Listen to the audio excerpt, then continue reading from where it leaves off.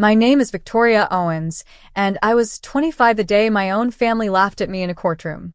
The sound echoed, sharp, careless, ugly, bouncing off marble floors and wooden benches, as if the building itself rejected it.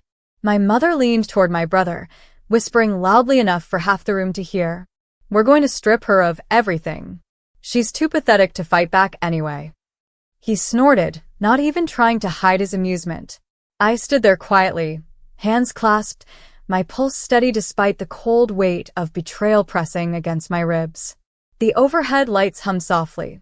The air smelled like polished wood and old files. I'd always imagined a courtroom as a place where truth lived, but today, it felt like a battlefield. My mother looked at me again, smirking. "Don't worry, dear. We'll leave you with enough to rent a small room. You're used to surviving on scraps." I didn't respond. Silence was my shield. They'd mistaken it for weakness my entire life. The bailiff called my name. Case 14B. Owens versus Owens. A few heads turned. The irony wasn't lost on anyone. I walked toward the bench, my heels tapping softly, a quiet rhythm, steady, controlled. My mother's laugh faded mid-breath as the judge lifted his eyes. For a split second, the room stilled. His brows rose. His expression softened. Then he leaned forward with unmistakable recognition. "Victoria Owens?" His voice carried warmth, surprise, something deeply human. "Is that you?" My mother's jaw dropped. My brother straightened, confused. The balance in the room shifted, just a fraction, but enough to make my pulse thrum with quiet certainty. Because there was one thing my family never understood. They didn't know who I used to be, and they had no idea who I had become. My mother's smirk collapsed the moment the judge said my name like it mattered. Like I mattered. My brother leaned closer to her and whispered, "Mom, how does he know her?" But for once, she had no answer. The judge removed his glasses, studying me with a slow, familiar nod, the kind someone gives when a memory surfaces with unexpected clarity. "Miss Owens," he said gently, "I haven't seen you since." He paused, searching my face. "The scholarship hearing. You were the top candidate then." A soft murmur rippled through the courtroom. My mother stiffened. My brother blinked hard, as if the word scholarship was something he'd never imagined being associated with me. I kept my voice calm. "Yes, Your Honor. That was a long time ago." He smiled faintly. "But I remember excellence when I see it." My brother scoffed. "Excellence? Her?" The judge's eyes snapped toward him, not unkind, but sharp enough to command silence. My brother sat back, stunned. The judge motioned for me to approach. His tone stayed warm, respectful, a stark contrast to the coldness I walked in with. "Please present your side first, Miss Owens." My mother jumped up. "Wait, why does SHE present first?" We filed the claim. The judge didn't even look at her. "Because I wish to understand the respondent's position clearly." Respondent, not defendant, not culprit. I saw the realization hit my mother like a slow, painful dawn. I opened my folder, neatly organized documents, dates, proof they never dreamed I had. The papers felt steady in my hands, unlike the trembling fury behind me. As I placed the first document on the bench, I caught the judge's expression shift again. Recognition, respect, and something else. Because he didn't just remember my name. He remembered the truth that my family had spent years trying to bury. My mother's breathing grew uneven as I laid the first document onto the bench, a crisp, stamped certificate with my name printed in bold lettering. The judge's eyes softened with a kind of pride I hadn't felt directed at me in years. He murmured, running his finger lightly over the signature. "Your Academic Merit Award." I remember signing this myself. A quiet gasp escaped someone in the back row. My brother muttered, "What does some old school paper have to do with this case?" The judge didn't bother to answer him. Instead, he looked at me. "Go on." I placed the second document down, a financial statement. Precise, transparent, untouched. "This," I said steadily, "shows my personal accounts, the ones my mother and brother claim I stole from the family trust." My mother shot up like she'd been electrocuted. That trust was created by me. She has no right to anything in it. The judge raised a hand, silencing her effortlessly. Then he read the header aloud. Owens Family Trust, Beneficiary Allocation. Beneficiary. The word rang through the room like a dropped coin. My brother stammered, That's impossible. Mom changed the trust last year, so everything goes to me. The judge looked over the top of his glasses. Is that so? I pulled out the next sheet, the amendment copy. Signed. Dated. And embarrassingly illegal. My mother froze. The judge's tone became cold, clinical. This signature, he said, lifting the page, is not Victoria's. Whispers swept across the courtroom. My mother's lips trembled. My brother's fists clenched tightly. Because he knew what the judge was about to conclude. I leaned in slightly, my voice steady, but sharp as glass. They forged my signature to cut me out completely. The judge slowly placed the paper down. His eyes weren't warm anymore. They were piercing. And for the first time, my family looked afraid. Because the truth wasn't just rising. It was about to burst open. The courtroom shifted, a subtle tightening, like the air itself leaned forward. My mother's face drained of color as the judge examined the forged amendment again, his jaw setting into a stern line. Mrs. Owens, he said slowly, this is a criminal-level discrepancy. Forgery is not a civil dispute, it is a felony. My mother's knees buckled, and she sank back into her seat. My brother grabbed her arm, whispering harshly, Mom, say something. Fix it. But for once in her life, she couldn't. The judge turned to me. Miss Owens, did you authorize this amendment? I shook my head calmly. No, Your Honor. I found out when I received a notice from the trust auditor asking why I had relinquished my assets. I requested a full review. I slid another document forward, the audit report. The judge skimmed it, nodding grimly. This shows an attempt to reallocate 100% of trust assets to your son, with no legal justification. And the signature used is clearly inconsistent with prior samples. My brother shot to his feet. We did what was necessary. She doesn't deserve any of it. She left the family.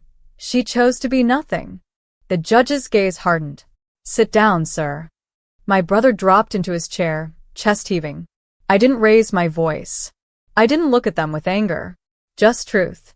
I didn't leave the family, I said quietly. I was pushed out, and then punished for surviving without them. A murmur moved through the courtroom. Sympathy, understanding, shock. The judge tapped his pen thoughtfully. Miss Owens, he said, before I proceed, I need to know something. I lifted my eyes to meet his. Do you want the trust returned to its original state? My mother gasped. My brother whispered, terrified. No. She wouldn't dare. But they didn't know me. Not anymore. Because this case wasn't about money. It was about truth and reclaiming the voice they spent years trying to silence. I took a breath. The next words would change everything. I let the question hang in the air. Do you want the trust returned to its original state? The entire courtroom waited for my answer, but I didn't rush it. I wanted them to feel the weight of a silence they could no longer twist into weakness. My mother leaned forward, voice cracking. Victoria, please don't do this. We were just trying to protect the family assets. My brother scoffed. Just say you want it back. That's what this whole show is about, right? I didn't look at either of them. I looked at the judge. Your Honor, I began softly. I don't want anything that was earned through manipulation.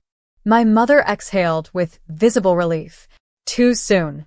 I placed a new document on the bench. The judge lifted it. His brow furrowed, then slowly rose. This is an independent property deed, he said aloud. Registered 2 years ago. My brother frowned.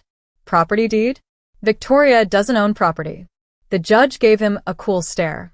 On the contrary, she owns a 3-unit rental complex on Birch Street. My mother's breath caught. My brother's mouth fell open. My mother whispered, H.L. With what money? I finally turned to them, meeting their terrified eyes. The scholarship I won, I said. The one you told everyone I lost. It funded my business degree, my first job, and eventually this property. Their shock was absolute. Because all these years, they believed the narrative they built around me. Victoria is weak. Victoria is helpless.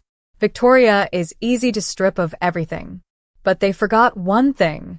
Weak people don't build entire futures in silence. The judge tapped the deed lightly. Miss Owens, he said, given your independent financial stability, what remedy are you seeking today? My brother stiffened. My mother trembled. They thought I would ask to take everything back. But that was never my revenge. I lifted my chin and told the judge exactly what I wanted. The judge's question lingered in the quiet tension of the room. What remedy are you seeking today? Everyone looked at me. My mother trembling. My brother sweating through his shirt. Even the spectators sat motionless, as if afraid to breathe too loudly. I folded my hands on the table. Your Honor, I'm not here to take the trust back. My mother let out a shaky breath of relief. My brother sagged back in his chair, both of them completely unaware of the storm still gathering. The judge nodded. Then what do you want, Miss Owens? I slid one final envelope across the bench. Thick. Sealed. Stamped. The judge opened it carefully, his eyes scanning each line before lifting them toward me with unmistakable surprise. My brother couldn't hold back. What is it? What did she do now? The judge interlaced his fingers. Miss Owens has filed a petition for full financial autonomy and removal from the Owens Family Trust. My mother gasped. Removal? No, you can't remove yourself. That would look terrible for our reputation. The judge cut her off. She has every right to sever legal and financial ties. My brother jumped to his feet. Then what happens to the trust? The judge looked down at the amendment again. Given that this document was signed fraudulently, the court cannot enforce the reallocation to you. My brother's face twisted. So, everything goes to Mom? The judge shook his head. No. Because the petitioner, your sister, has legally withdrawn her stake, the trust is now frozen pending oversight. Neither of you can access it without state review. My mother's hands flew to her mouth. My brother's knees buckled back into his chair. They weren't getting a single cent, not because I took it from them, but because of what they tried to take from me. The judge looked at me thoughtfully. Miss Owens, your independence request is well supported. But tell me, is that all you seek today? I met his eyes. No, Your Honor. My mother whimpered. My brother shook his head, because they could feel it now, the truth rising like a quiet tidal wave. And I wasn't finished. The judge's question hovered in the courtroom like a held breath. Is that all you seek today? My mother's eyes were already brimming. My brother clutched the edge of the table, knuckles white. I rose slowly, not to intimidate them, not to tower over anyone, but simply because standing made my voice steadier. Your Honor, I'm also seeking protection. My brother barked a laugh. Protection? From what? Us. The judge silenced him with a single look. I reached into my folder and pulled out a small stack of documents, emails, messages, timestamps, each neatly clipped together. I placed them before the judge. These are communications from my brother over the last year, I said calmly. Threats. Harassment. Attempts to force me into signing over my assets. All because I didn't fall back under their control. The judge flipped through them, his expression darkening line by line. My brother's voice cracked. Those weren't threats. I was just angry. It's family. The judge didn't look up. Threats are threats, sir. Blood relation does not absolve misconduct. My mother reached toward me, desperate. Victoria, please, your brother didn't mean any of that. We were hurt. We were emotional. I stepped back, her hand barely missing my sleeve. You were emotional when you forged my signature. Her face crumpled. The judge continued reading until he reached the last page, an audio transcript. His eyebrows tightened. He lifted his gaze toward my brother. You told her, and I quote, "Sign it or I'll make your life miserable." The room erupted in whispers. My brother went pale, then red, then pale again. The judge set the documents aside. Miss Owens, he said firmly, I understand why you are requesting legal protection. My mother whispered through shaking fingers. Please don't do this to us. I swallowed hard, not from hesitation, but from closure forming in my chest. Because this wasn't revenge. This was finally choosing myself. Your Honor, I said gently, I'm asking for a restraining order and full legal distancing from my family. My brother's mouth fell open. My mother began to cry. But I wasn't done. Not yet. Because the judge hadn't seen the final document. The one that would end everything. I slid the final document toward the judge. Not with anger, not with triumph, but with the steady hands of someone who had finally stopped shaking after years of being pushed down. The judge studied it for a moment, his eyes sharpening the way they do when something heavy and final enters the room. My brother whispered, What is that? My mother clutched the arm of her chair, her breath hitching. The judge cleared his throat. This, he announced, is a formal declaration of emancipation and legal severance. Miss Owens is requesting complete dissolution of all familial financial authority, inheritance ties, and decision-making rights. My mother gasped like someone had struck her. Victoria, no, please don't. You're our daughter.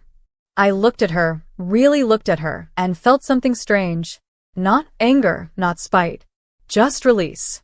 I'm your daughter when you need something, I said softly. But never when I needed protection.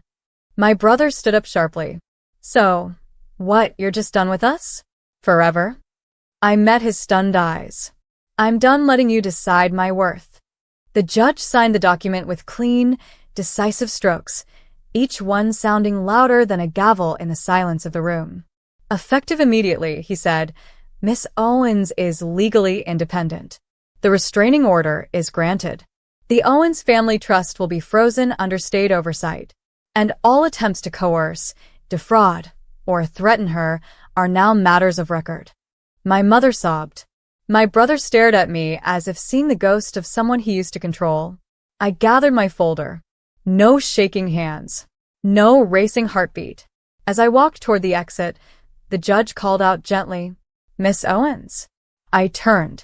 He smiled the same way he had years ago at that scholarship hearing. You always had more strength than you knew. Outside, sunlight spilled across the courthouse steps, warm, clean, untangled from the past.